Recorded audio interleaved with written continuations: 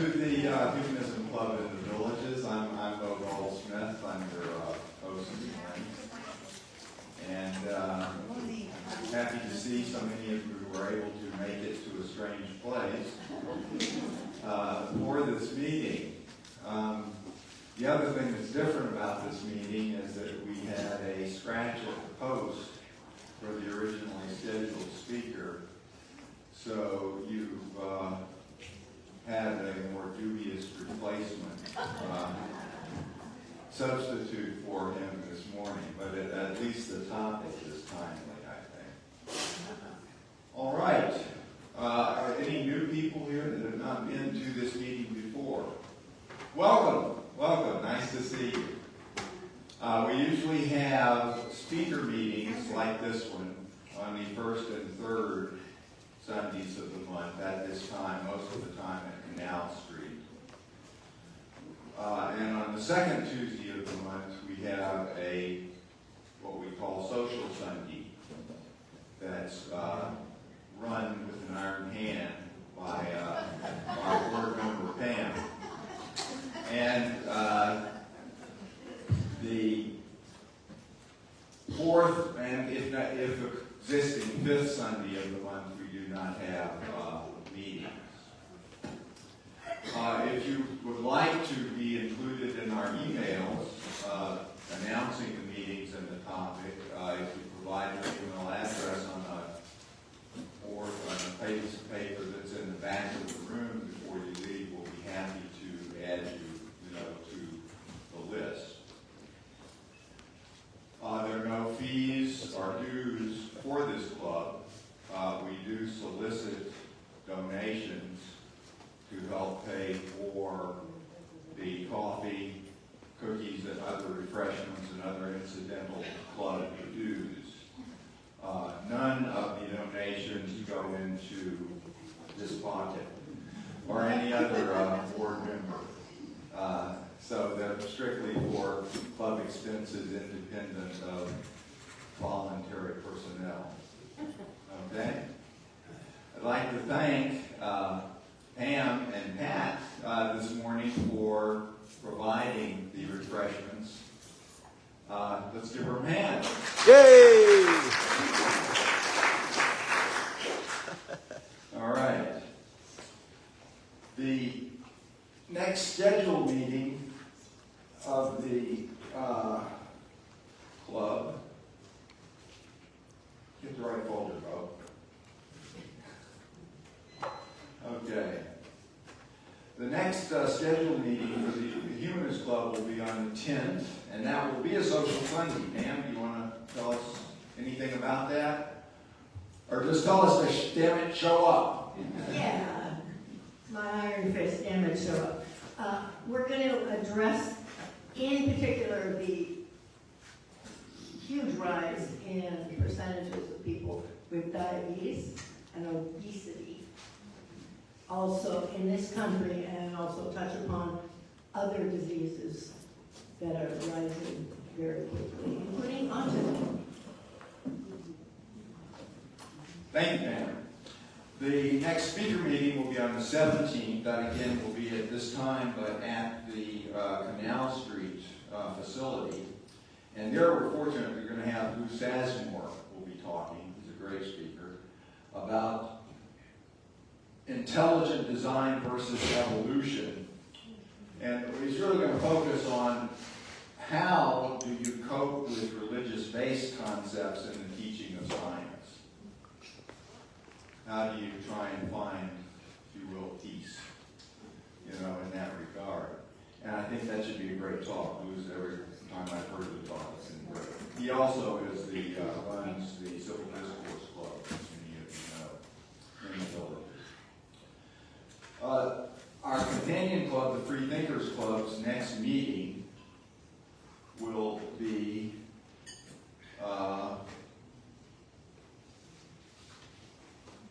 on November 14th.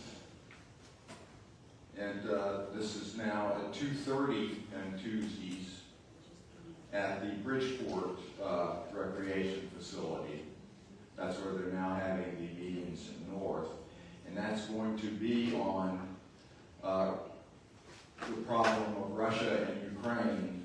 Now what is going to be presented, and I think that should be entertaining as well. Now,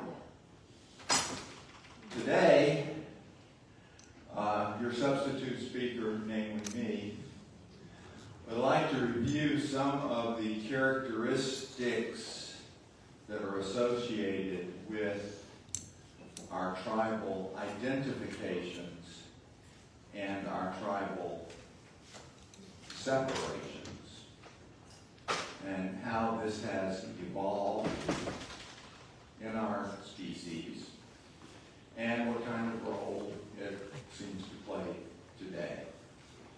Pardon me if I sit down because my right ankle is not supporting me the way it's supposed to. All right. Every time that I think about tribal separations of folks, two quotes come to mind. Edward Wilson, as many of you know, was a groundbreaking, initially entomologist and then developer of much of the mathematical basis for the theory of social interaction between animal groups. And at a lecture, at a debate at the Harvard Museum of Natural History in 2009, he made this statement. The real problem of humanity is the following. We have Paleolithic emotions, medieval institutions, and godlike technology. And it's terrifically dangerous. Another one that comes to mind is from Carl Sagan, one of my personal heroes, who in 2006, he's a cosmetologist and also popular intellectual, wrote a book entitled The Varieties of Scientific Experience, which is a clear takeoff on a book, or a book that was a collection of lectures written over a century earlier by William James called Varieties of Religious Experience. I'm sure that's what Dr. Sagan had in mind when he chose that title. And the subtitle for his Varieties of Scientific Experience was a personal view of the search for God. And in that, he pointed out, without going into a lot of detail, that we need to be careful because extinction evolutionarily is the rule. Survival is the exception. Not many extant species make it for multiple millions of years. Some of the things, I put this lecture together a couple of years ago for the first time in a format that's been changed somewhat, but the major references that I used to help organize my thoughts are still the same. Robert Sapolsky is a neuroscientist at Stanford University who has done extensive work on central nervous system structure, organization, and function in many primates, including our own species. And his Behave was a bestseller back in, published in 2017. Yuri Harari is a known popular intellectual. He's a historian in Israel who wrote a bestseller, Sapiens, A Brief History of Humankind. It was published in 2015. Many of you have seen these.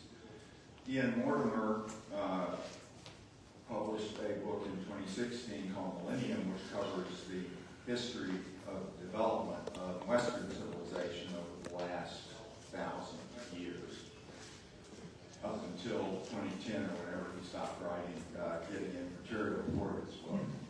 And many of you know Steven Pinker, who another very popular intellectual, chair of psychology at Harvard University, and his enlightenment now, the case for reason, science, humanism, and progress.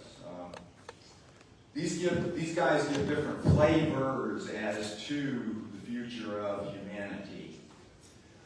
Pinker, as many of you know, is kind of the Pollyanna of humanity. He has a favorable outlook in terms of what's going to take place. Harari is kind of the Cassandra. He's got grave concerns about the future of Homo sapiens. And Rob Sapolsky is kind of the Joe Friday of the mix. And Dragnet, just the facts, man, nothing but the facts. Okay, so these are all good reads and very informative. I have supplemented it with some more information that I can provide to the extent that you want. Okay, what is tribalism? What in fact am I talking about? Well, in sociology, cultural anthropology, you've got a slew of different ways of defining the phenomenon. Positive tribalism, negative tribalism, neo-tribalism, amity-enmity complex, and my favorite, engagement theory, okay? But without going through all the nitpicking with regard to definition and inclusion, they all boil down to the same thing. We tend to aggregate in clusters of us versus them. Us, either in conflict with them, or us just in contradistinction to them, both. But we cluster with identification with groups that include and exclude other people, if you want to look at it in terms of human interactions. What I want to review here over the next 20 minutes or so are some of the neurologic components, some of the ways our central nervous system is organized that facilitates this you know what I did? What I didn't do? I didn't tell you to silence your phones. But I am now.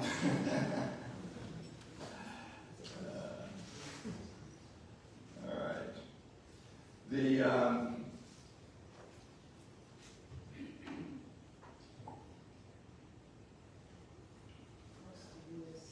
So I want to talk about a little bit about the way our wiring potentiates us for this us versus them separations.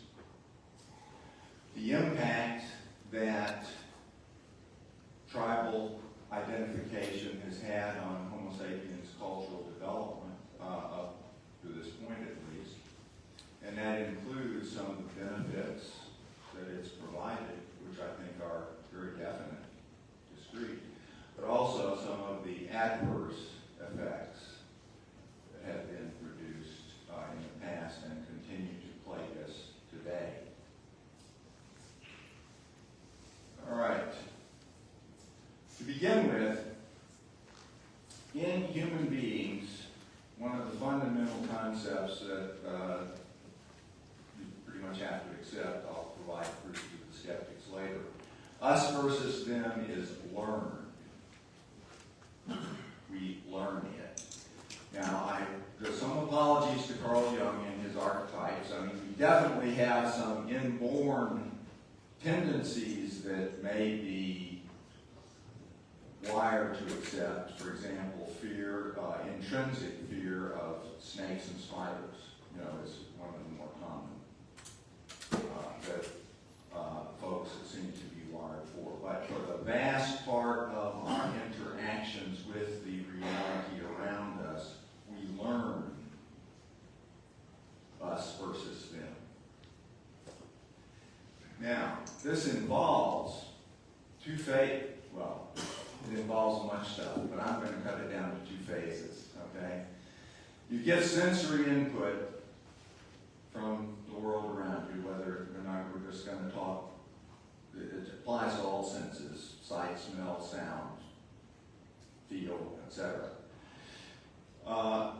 You get this input, and then there's an experience. And this is integrated pretty much in us in the dorsolateral prefrontal cortex, which is also a place that's known for executive function. It puts together and that produces our reaction and memory with regard to what this is being positive or negative. But in addition to this taking place, the cortex then back programs what are commonly referred to as more primitive components of the brain, including, I'm not going to go through all of the connections, just focus on two here for purpose of example, the amygdala and the insular cortex. So you have this experience, you have this impression, and in addition to having that in your awareness mode, if you will, there's programming back for things into areas of the brain that are in the midbrain instead of in the cortex. Those of you who don't know, the amygdala is a little walnut-sized thing in the midbrain, one on either side, that receives this back programming from cortical input. And it is primarily responsible for reactions to things that are fearful, hateful, to be avoided. The kind of the old fight-flight concept. Stuff that's bad that you don't want, in your present, in your reality. That's what it's programmed to respond to. The insular cortex is also a piece that has been modified from originally in mammals. This area of the brain was responsible for responding to rotten food. Okay? In humans, it's been all further modified so that it also responds to things that are disgusting in general, including sometimes abstract concepts. All right, why does this matter? Well, once these areas of the brain are programmed by the cortex to call this bad, scary, hateful, or disgusting, they're now first responders to any new sensory input that falls into that category of programming. And when I'm saying first responder, let me give you a little quantitative. You can show by magnetoelectroencephalography, for example, that if you have a stimulus for something, let's say you take a racist and show a black face, okay? There's new firing in the amygdala within 30 milliseconds of presentation of the stimulus.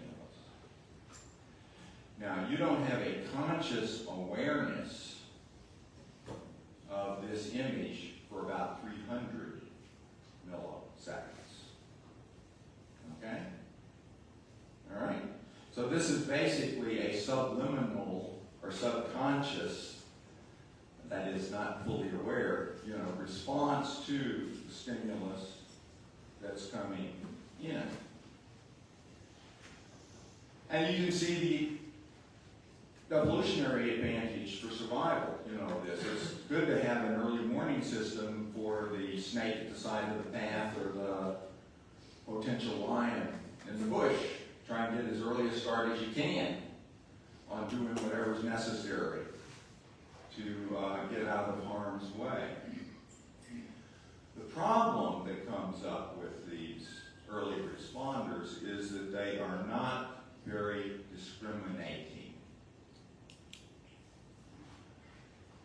Any input that represents categorically the programming that was done by the decision-making, if you will, part of the brain. Any input that fits categorically there evokes the same response, including within 30 milliseconds firing off stuff that starts firing up the sympathetic nervous system, raises the hairs on the back of your neck, etc., etc. Okay? So, the problem with our early warning systems is that they are poised, if left to their own devices, to foster what is called essentialism, or homogeneity of response to a category of stimuli. And I'm going to talk more about that in a few minutes. All right, where do we get our sense of identification, in terms of tribes that we belong to? A fellow named Robin Dunbar, back in the early 1990s, was doing one of many people who have studied the relationship between brain size and hominids, not just hominins, and ability to identify and have a personal recognition of an added reaction to members of the same species and group. Without going into all the research, bottom line is that he, and with confirmation by many others, decided that purely on the basis of personal experience, not what you've heard somebody say about somebody, not what you've heard about, da-da-da-da, just on the basis of one-on-one interaction with other people, the biggest tribe that we can form in that fashion is somewhere between 150 and 250 people. And I'm not going to, this has been fought over, but there's a lot of confirmation, and I'm not going to quibble about where in that range, the best data is. So if we're going to have larger tribal identifications, we have to have identifications with abstractions that we construct that are not present in the natural world of sensory experience and input. How did we get there? How do we come to be able to do this? Well, we really don't know. This is usually related to what's commonly referred to as the cognitive revolution, which on this slide, I think now this would be moved clearly up to closer to 100,000 BCE. But it almost seems unlikely that it was present with the first two waves of Homo sapien outmigration from East Africa into the Mid-East in about 200,000, according to all the dating that they had is about 211,000 BCE, and another one in about 120,000. But in any event, by the time of the last outmigration, when our species went out of Africa into the Middle East, took over Eurasia, Australia, the Americas, displacing all the other hominid species that had preceded them in those areas. It appeared to be related to a new ability that was developed. Now, whether this represented a change in brain wiring or whether it represented some kind of speech elaboration is not clear, because that's not something that can be tested with in fossils, or for that matter, even in DNA. But our species developed a new ability to transmit more data about the world to others, to transmit more data about social groups our group, your group, and to transmit information about things that do not exist in the natural world. Abstract concepts, as you find in religion, nationalism, capitalism, whatever. These things don't exist. We made them up. But the extent to which they fit, we're not arguing. I'm not making arguments about that. Okay? The point is they are abstractions that are not part of the reality of sensory experience in the real world. All right. So what did this result in? Well, we got better at doing complex small group actions, got more cohesive in doing group interactions, and most significantly, from my point of view, using abstraction-based identification of oneself and one group to the extent that it's accepted by others becomes a way that you can form a functional group that is very large, way larger than Dunbar's number, and in fact can go into the thousands, millions, or in these days billions of individuals who identify with this same abstract concept. So that's one. It can get real big. The other one that's important is, since this isn't tied to anything in the natural world, reality, and changes in the natural world, you can change this tribal concept much more quickly than you can change a concept based on observed reality. Okay? So you get bigger and you get faster at being able to form large tribal associations. All right. Consequently, you've had cultural... Someone else in. We've had cultural evolution based on these abstractions to form large groups that have a shared vision of the way things should be or the way they should be done. And these include religions, capitalism, nationalism, and humanism. Since I'm a humanist, I have to put that in there, even though that's a small volume, group. This actually has done us a lot of good as a species, at least according to some evaluations of good. And I'm just going to give you one example that I dredged together tediously, because this was put this together way before you had AI to help you find references. Since about 1500,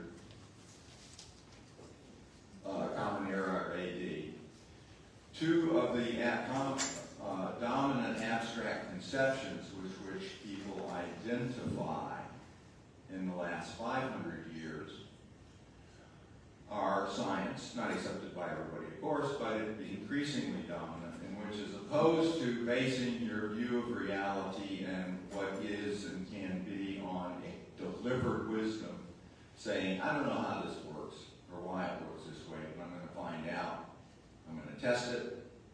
I'm going to see if my test suggests this, make a hypothesis, test it, and see if it's right. I'm going to incrementally improve my understanding of reality.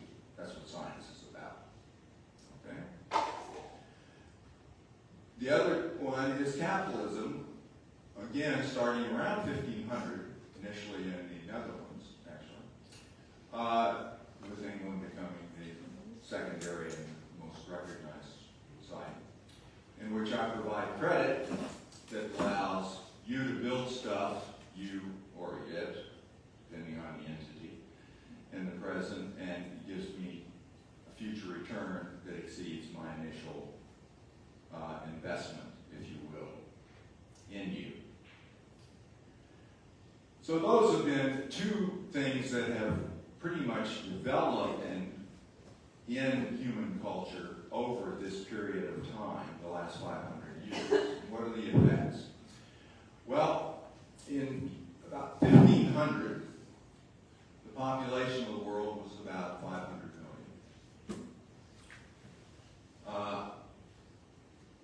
I went to multiple sources and I capped it at the upper limit of estimation of goods and services as corrected to 2011 dollars, if you will. And it amounted to about 250 billion in 1500. And calorie consumption by the human species estimated at about 13 trillion. Okay, what happened over the next 500 years? Well, the population in 2011 was a little about 7 billion. As you know, it's now 8 billion. Increase of about 14 times over the baseline. Produced goods and services, however, had increased not 14-fold, but 240-fold. All right? So somewhere between 15 and 20-fold over the previous era. And calorie consumption had increased about 10-fold over the population era, which sets the stage for Pam's discussion next week of one of the problems that plays us. So, I mean, in terms of comfort, ease, prosperity, if you will, you can say that adoption of utilization of tribalism, abstraction-based conceptions of ourselves has been very functional. There's other benefits too, including personal comfort, identification with groups or organizations that are composed of people unknown except by group membership.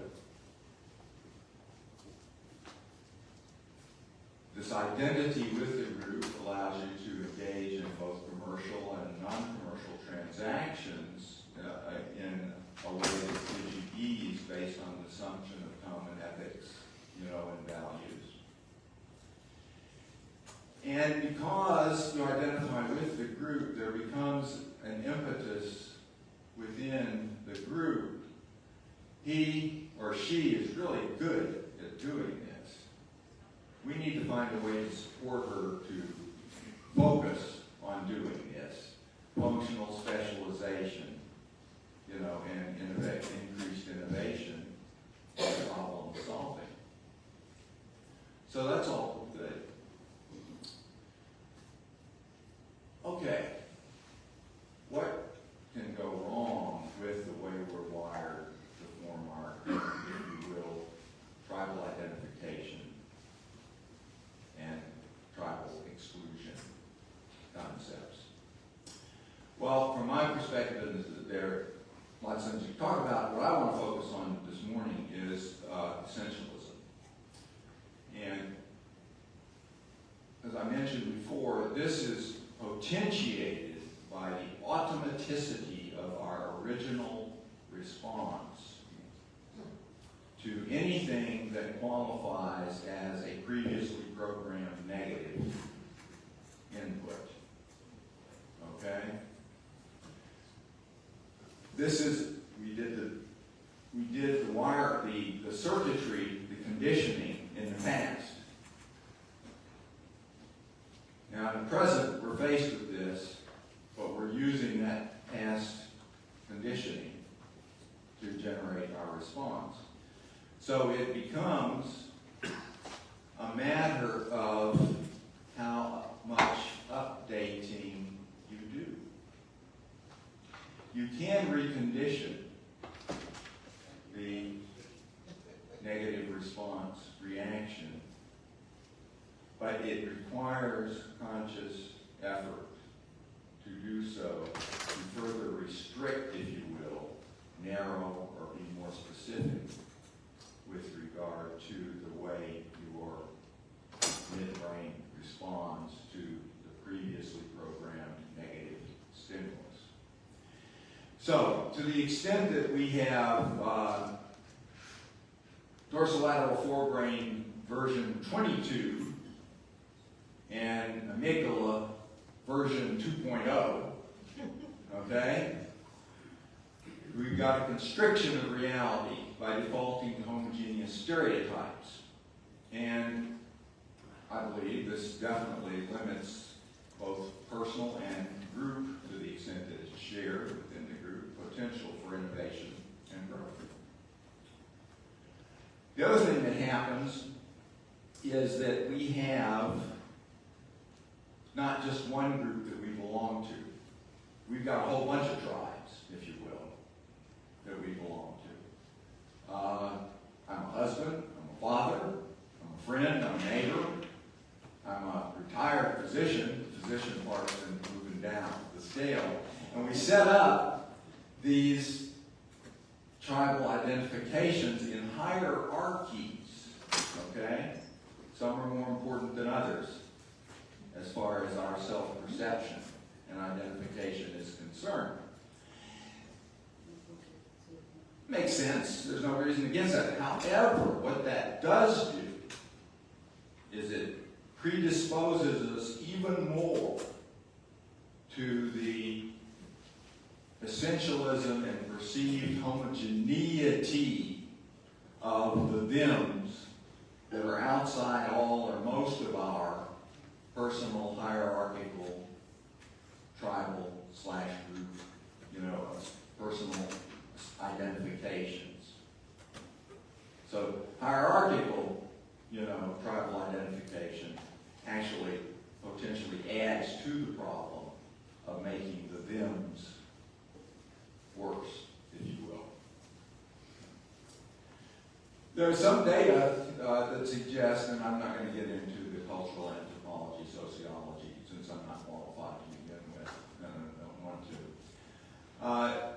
Over the last 300 years, there's strong speculation that abstract tribal identification by individuals has become increasingly important as opposed to tribal identifications based on personal interactions and experience, one-on-one, if you will.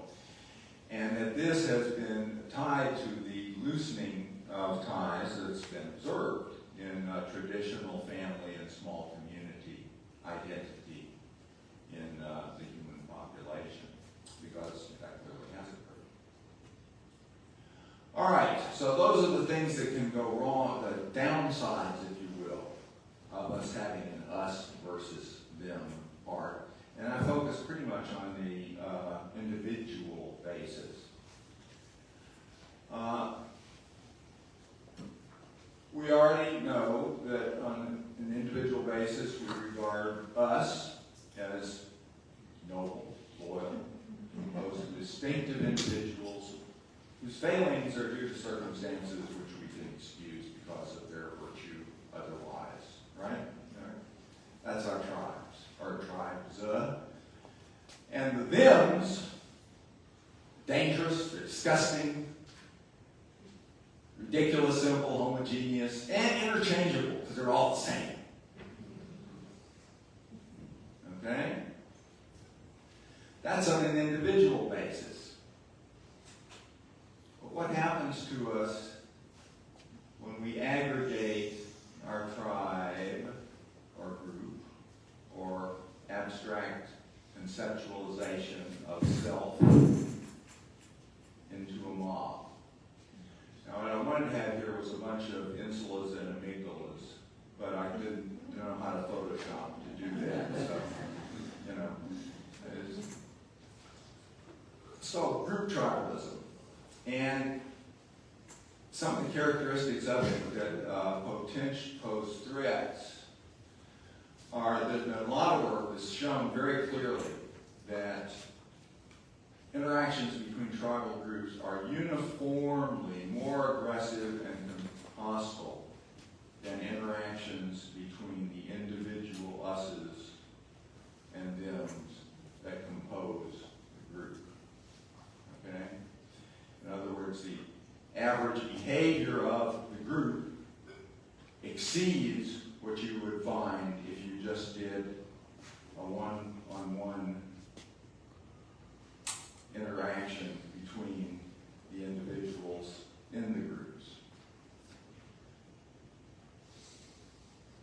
What this does, of course, is facilitate sanctification of aggression against the other, right? And it also facilitates the mobilization and manipulation of the tribe, the group, bound with this concept, by a charismatic leader. This is commonly referred to in the sociology, cultural anthropology literature as romantic heroism, in which you've got a person who embodies what it is that we want to have represent us.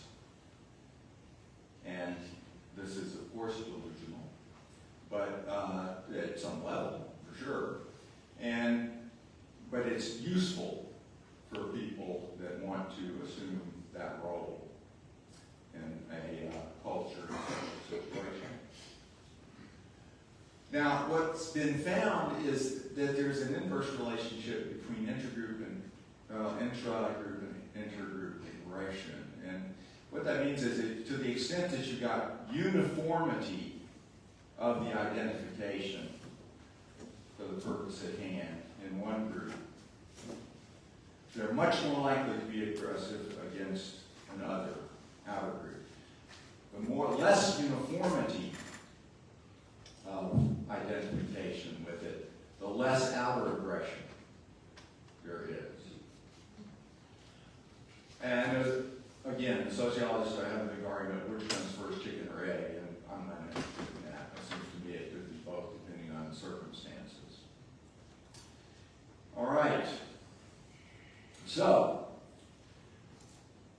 what does all this mean to you all? Well, obviously I have no idea what it means to you. I can only tell you what it means to me.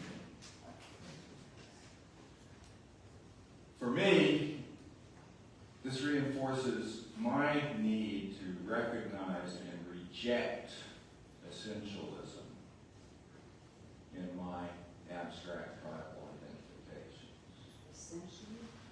To regard the other as homogeneous, interchangeable, and not susceptible to remodulation or rethinking about why that's the case is not what I want to do. And I'm not doing this to be a good guy or virtuous. My wife's not here, so she can assure you that that's not the case. It's to me because essentialism represents a perversion of reality. This making things homogeneous that are not. Constricts my potential for growth, both cognitive and cultural.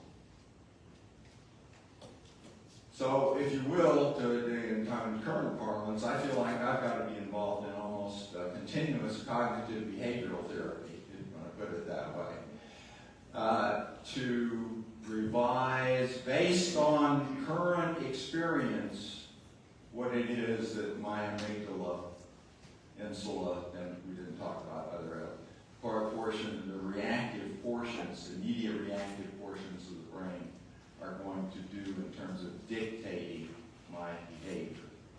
Because if I don't do that, as far as I'm concerned, I am impoverishing myself by restricting and perverting my version of the reality in which I reside.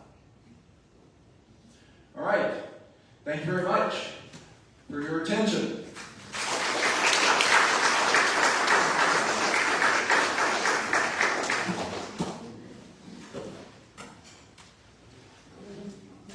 Comments, questions, arguments, dissension, identification of me as a non-tribal member. Come on.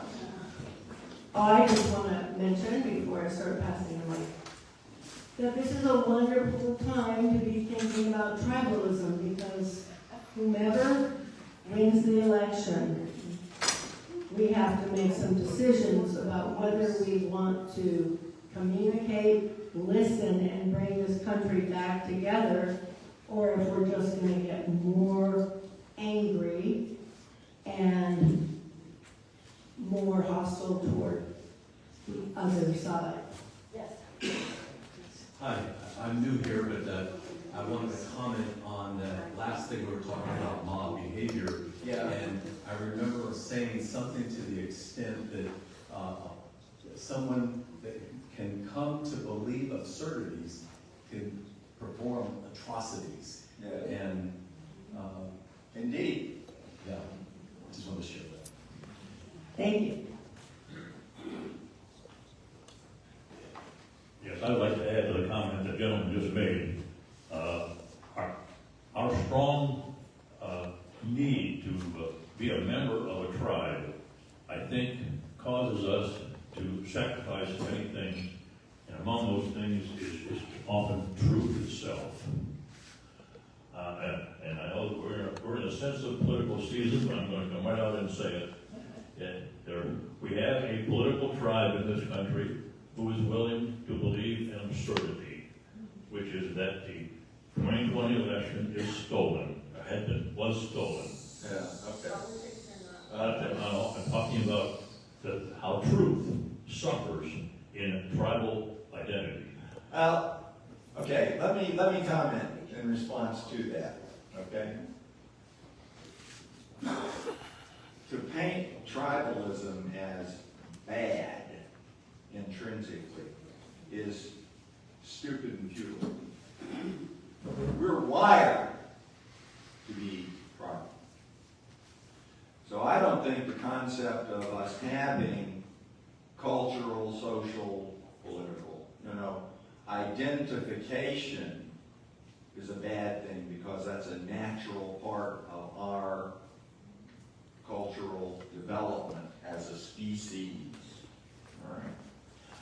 The problem comes when that cultural development perverts the view of reality that you would get if you objectively incorporated new information about what you previously programmed as dangerous or bad. Okay? Unless you are that's what I meant about the people that are dysfunctional, in my view, are not the folks that are tribal, but the people who have dorsolateral forebrain 22 version 22 and amygdala version 2.0. Let me try to simplify that a little bit more for the rest of us in the audience. I say that if your tribal instincts convince you to accept absurdities, Yeah, then we as a society suffer. that's true. And one of the absurdities, as I just mentioned, whether you think it's political or not, is that It's clearly political. Come on, let it go, dude. well, I'm talking about truth, not politics. And so, if you can convince people of absurdities, you can convince them to commit atrocities. And one of the atrocities that was committed was the absurdity that caused the January 6th. Okay, that's enough. That's enough on that. We got it. Thank you. I want to make it clear, I know everyone's very stressed about this upcoming election, but while we are trying to create community, and while it's obvious that almost all this community is very left-leaning, we don't want to create Well, speak for yourself. almost all. We don't want to create an unsafe space where people that might be conservative feel unwelcome. We made that decision. Yes.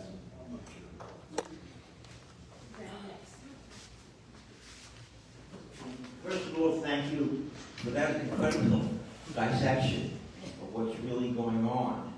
As I understand it, is my words, not yours, that the bottom line here is that the past should serve the present in a consequential way. And when the reverse process occurs, it will go in the wrong direction. Yeah. It's kind of a dynamic concept. Nice metaphor, yes, I like it. It's also kind of a dynamic concept that whatever idol we may create in terms of a worship of the past needs to die in a way to serve a new idol that's very transient and subject to the next change. Right. The last thing I wanted to say is with this exquisite model, when you listen to people like me or Pam or TV analysis or presenters of whatever diverse opinions they have to express, do you dissect this in real time in that statement is coming from their forebrain or their I'm not following you, you just lost me. well, with this exquisite Move category, the mic a little bit further away. how's that? With this exquisite dissection, when I look at someone, I'm not capable of saying Pam just made a statement that really came from her middle brain and not her forebrain. Are you able to do that? Of course not. No, that's not it. The statement comes out and the language is the same, the words are same, and the tone, is the same. Either way. So you can't do that. And no more than I can read your mind or know why you were motivated to make that speech, That's not, here's the deal.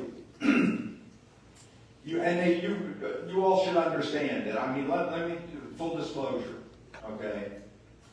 I believe there is a reality. This is not a uniform belief. I believe there does exist a reality.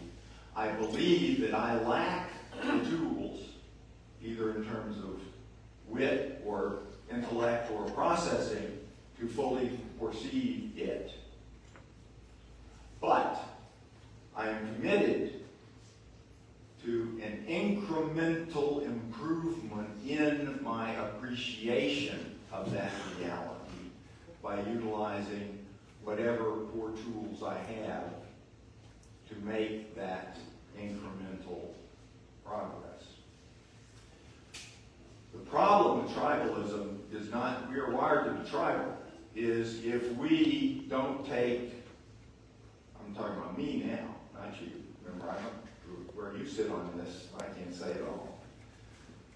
If I don't try to condition, reprogram my response to things that I previously thought were negative, not to assume that they're positive, that's not it, but to further circumscribe what it is that's negative, if you will, to make the circle smaller, in a sense, of what's objectionable, to the extent that real analysis of the reality that faces me dictates that I do that. I compared to what I did when I was 6, or when I was 16, or God help me, even when I was 60, okay? I have to do that on a continuing basis if I'm going to have the benefit, because to me it is a benefit, remember I believe in reality, of appreciating the reality that I live in. Okay, Brandon. I was just wondering, since survival is the exception, okay? Yeah. For species, yes. For species, how is it that this learned behavior that came in by the frontal cortex and went into the amygdala, how was this passed on so that we have inherited it 100,000 years since? I get you. See, it's not having a rapid first responder is a bad thing. I tried to mention that before. The fact that it takes you about, let's do sight, visual impulse, okay? You don't have a visual image that you recognize until about 300, well, let's just simplify, So, somewhere 300 milliseconds or more after that image actually appears in front of you. Okay, that's how much time it takes for you to process that. That's not my question. Well, I'm getting there. Right? Be patient with me. Come on. In contrast, if that image is threatening, your amygdala is responding in 30 milliseconds, 10 times faster. That's good in terms of early recognition of things that are threatening. Let's assume you're a hunter-gatherer, okay, Paleolithic. Stuff that's dangerous, you want to recognize as quick as you can to get a head start, if you can, on trying to keep yourself from being somebody's lunch. Okay, Bill. Yeah, that was great, Paul. I wanted to say something I think I can add to clarify, if I understand Paul's point. I was listening to this podcast. Clarifying Paul's point is a dubious social benefit. I could be totally wrong, but I think I was listening to a podcast about how social media, especially computer-directed social media and our feeds, are affecting the way that we're thinking. And it has to do with tribalism. Before, what we would get is an argument that's either for or against. But now there's a third message that's being targeted, and that is to enhance tribal affiliation.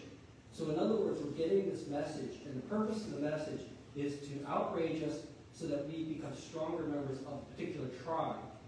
And so it would be, I use something non-political, you hear this thing about this trope about the Florida man. So it's about how stupid people are in Florida. But that particular trope is out there, and it's to strengthen the belief that the people in Florida are stupid. But that's what you were going to call about the third message about. Some similarities and some differences. Thank you. I think that's a really excellent point. We're very much encouraging that polarization and hostility. Yes. Under the adverse effects, you had listed that large tribalism decreases family interactions and closeness, and I'm not sure that's an adverse thing, or that Not in all cases, yeah. or that many outside factors are more influential than tribalism in terms of transportation, education, and all these other things. Sure. Yeah, I agree with you. The extent to which, let's go back. One of my hero, Carl Sagan, one of his statements, that absence of evidence is not evidence of absence. Another one that Tom Sowell, who I respect very much as an economist, says that the first thing that's learned in basic statistics is that correlation is not causation. It's also the first thing that's forgotten. So anytime you do a correlation of something with another, that's hypothetical. The hypothesis is defensible as long as there's no contrary information that shows that it's wrong. Right? Okay. So, I'm not pretending that I'm giving, and that's quite aside from general concepts of cause. An event happens, there's never one cause. Okay? There's never one cause. There are necessary, if not sufficient, but not, there are necessary causes, if you will, but those necessaries are not sufficient by themselves. There's always multiple causes for anything that actually occurs. So, when I, for example, put up the capitalism, science, those became increasing socially accepted identification standards or culturally acceptable and adopted traits over that time period. That had proved that they were the only thing, you see what I mean, that resulted in the proliferation of goods and services that occurred over the same time period. But I thought it was entertaining, so that's why I picked it. Okay. All right, Pat? I want to know how it is you circumscribe your mind so that you can see the reality inside of the facts, inside of all the data you're giving that is not facts. At least that's what I'm getting from how you explain how you don't get angry. Now I what? How you explain why you don't get angry. I didn't say that. Okay, well, the question I have is, what is the propensity of human beings to see, to believe things that they don't see with their own eyes? And this is not just political, Yeah. this is religions, this is people who willingly commit suicide because something's waiting, et cetera, et cetera, et cetera.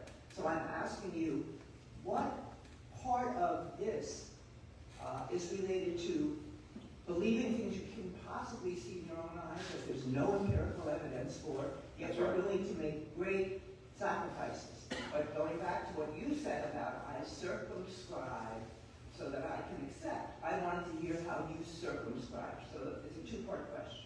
Oh, okay. Is that fair? I get it. I sort of understand where you're coming from. I still have things that I find hateful, disgusting, and threatening. All right? I mean, you stick a gun in my face, I mean, I'm going to respond the same way I did, 50 years ago. All right? That's not, my point is to redefine, based on best available current evidence, experience, recognition of what's happening, what it is that I find hateful, scary, you see what I mean, disgusting. In other words, if I'm still using the same criteria, I've still got the same big circle for that particular kind of visual input, photo, speech, whatever, all right, that I had 30 years ago. I haven't grown as a human being, and what is my view of a developing human being? Because I can do better. Based on what you can discover from research. No, based on what I discover, well, what's research? I mean, research for us is both direct personal experience and other people's reported experience to the extent that we trust it, right? That's it. And if you're like me, you don't believe anything you read until you read it over again from some other apparently independent source, and then it becomes worth considering. Okay, we have one more. Two more. That reminds me of a phrase I really like, which is question your own presuppositions. So you're referring more to your emotional responses, being aware of them and questioning them. Obviously, we've recently seen people act more on a tribalistic basis because of politics. But, I'd like to be hopeful that people won't do this as much. But the reality is, has history shown that sometimes we can go back the other way? I'm not sure what you... I'm saying, We've always been tribal. And, I think throughout our entire cultural development, we've been tribal. The ways that it has shown itself and the amount of conflict it has produced within a collection of individuals I think is varied significantly depending upon time and chance.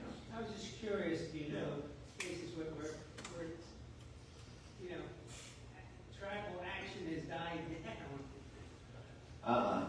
No. Visible or audible tribal action is sometimes loud and sometimes soft, but we're always tribal. Okay, Remy was next. Okay, You got 30 seconds, Remy. all right. It was nice knowing you. I can't get up because I fell yesterday. I hurt my knee. You know, it comes with the territory. Anyway, so my 2 seconds are gone. So I'm going to reinvent things. I think in the beginning we have to look at evolution and then creation. And I'm going to go very quickly to the process. What you taught us today is very interesting, but it's historical. And as far as I'm concerned, I'd rather know where my next meal will come. I'd rather know whether I could have a roof over my head. I'd rather know about medical attention and so on. Now, humanism is a wonderful thing, but from what I see and what I hear, because of science and technology, humanism is dying. There'll be no room for love, respect, conditioning, and all that. We shall be machines. Now, how do you love a vacuum cleaner? I won't even try that. Anyway, I think I better stop there. Yeah, I do too. Thank you, Rudy. You know, I'm sorry. You know, you've been, were you talking to Yuri Harari recently? Is that what's happened? Does that condition your reaction to the way humanity is progressing? But you know, we live by statistics, and the statistics has an ultimate reason for existing, and it's not a majority. And then one more crazy thing. Okay. We need 2 to make 1. Go. You understand what I mean by that? Pass the baton.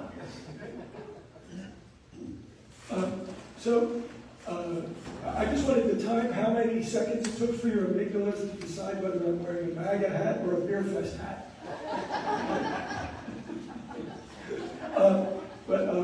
What really irked me about this story is that song and rhyme play such an important role in group affiliations, you know, and motivating people to team up and so forth.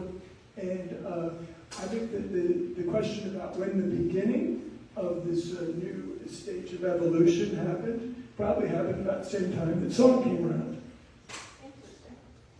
Yeah, that's a good point. That corresponds with what I've seen. The first musical instruments that they've been able to, that I've personally can recall offhand, date from about 100,000 BCE and consisted of both little flutes that were carved out of wood on the one hand, and another one that I read about that was actually carved out of ivory, which is much bigger enterprise than which they wouldn't have done unless they knew exactly what they were doing. And both of those flutes you can actually still, like you can still, you know, make up music. Okay, thank you.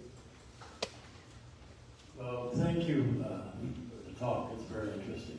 A question I have is, as we have evolved and there's more and more people, and the noise level has gone up in the sense of information noise, if you will, how does that impact the wiring process? I mean, is there a limit to how much noise you can handle? Because, I mean, to me, the internet's the Tower of Babel, so we seem to be in a place where the noise level's gone up from the initial environmental, evolutionary process that's wired in. All right. Do we overload? Absolutely. No, remember the first quote that I put up by the idea is, what we have done is we have a wiring that produces and gives us certain capacities. But we have evolved technology that gives us, as you're describing, great potential for overload relative to what we can, in fact, in real time process, right? Paleolithic emotions, medieval institutions, and godlike technology. Dangerous combination. Okay, I have a question, Bo. I love to look at things in terms of evolution, whether it's accurate or not, and I always figured the us-them evolved very early because if you have a small group, you all have been exposed to germs, an outsider comes in, you're more likely to get sick because you have a sense, you take care of each other, and that's important. And in the process, you have to discriminate who is your group you take care of. You mentioned that we're hardwired, which implies to me, yes, it is way long ago in evolution, but you also talk about it being top-down, prefrontal cortex to the amygdala and slow. And I don't quite understand how that comes together. I guess I don't understand the question. The point is, you get sensory primary information comes in. Where does it go? And I'm not going to go through the whole thing with thalamus, hippocampus, and or the point is, your first conscious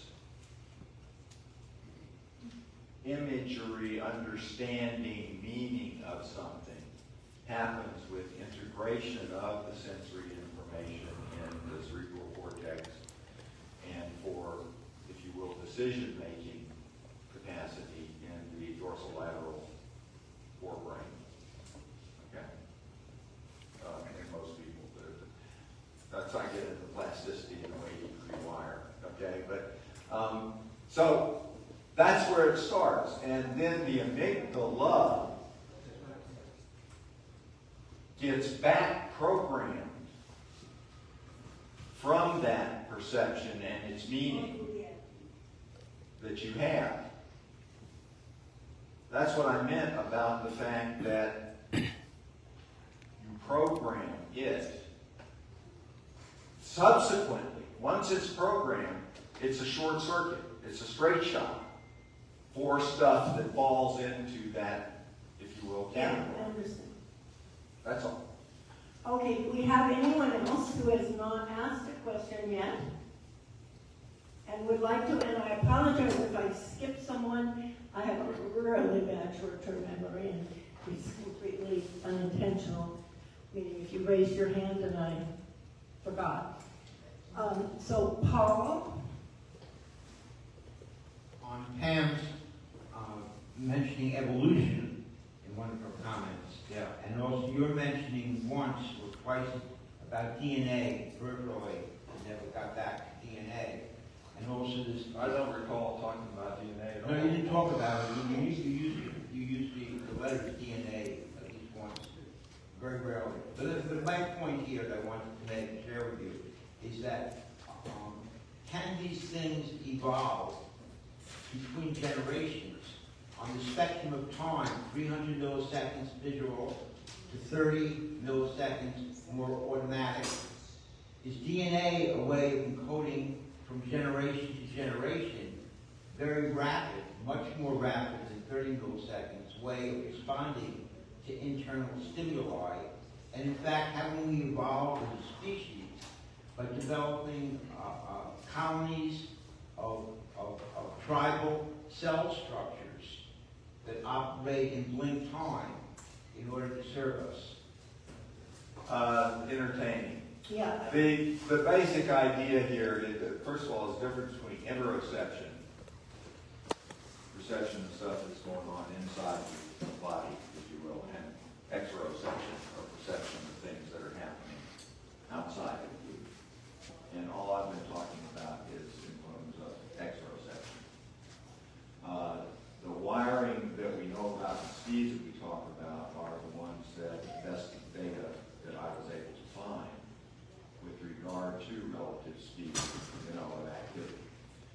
The idea that by knowing what the genome has, you can now automatically have the tool that you can improve upon the species is foolish and short-sighted.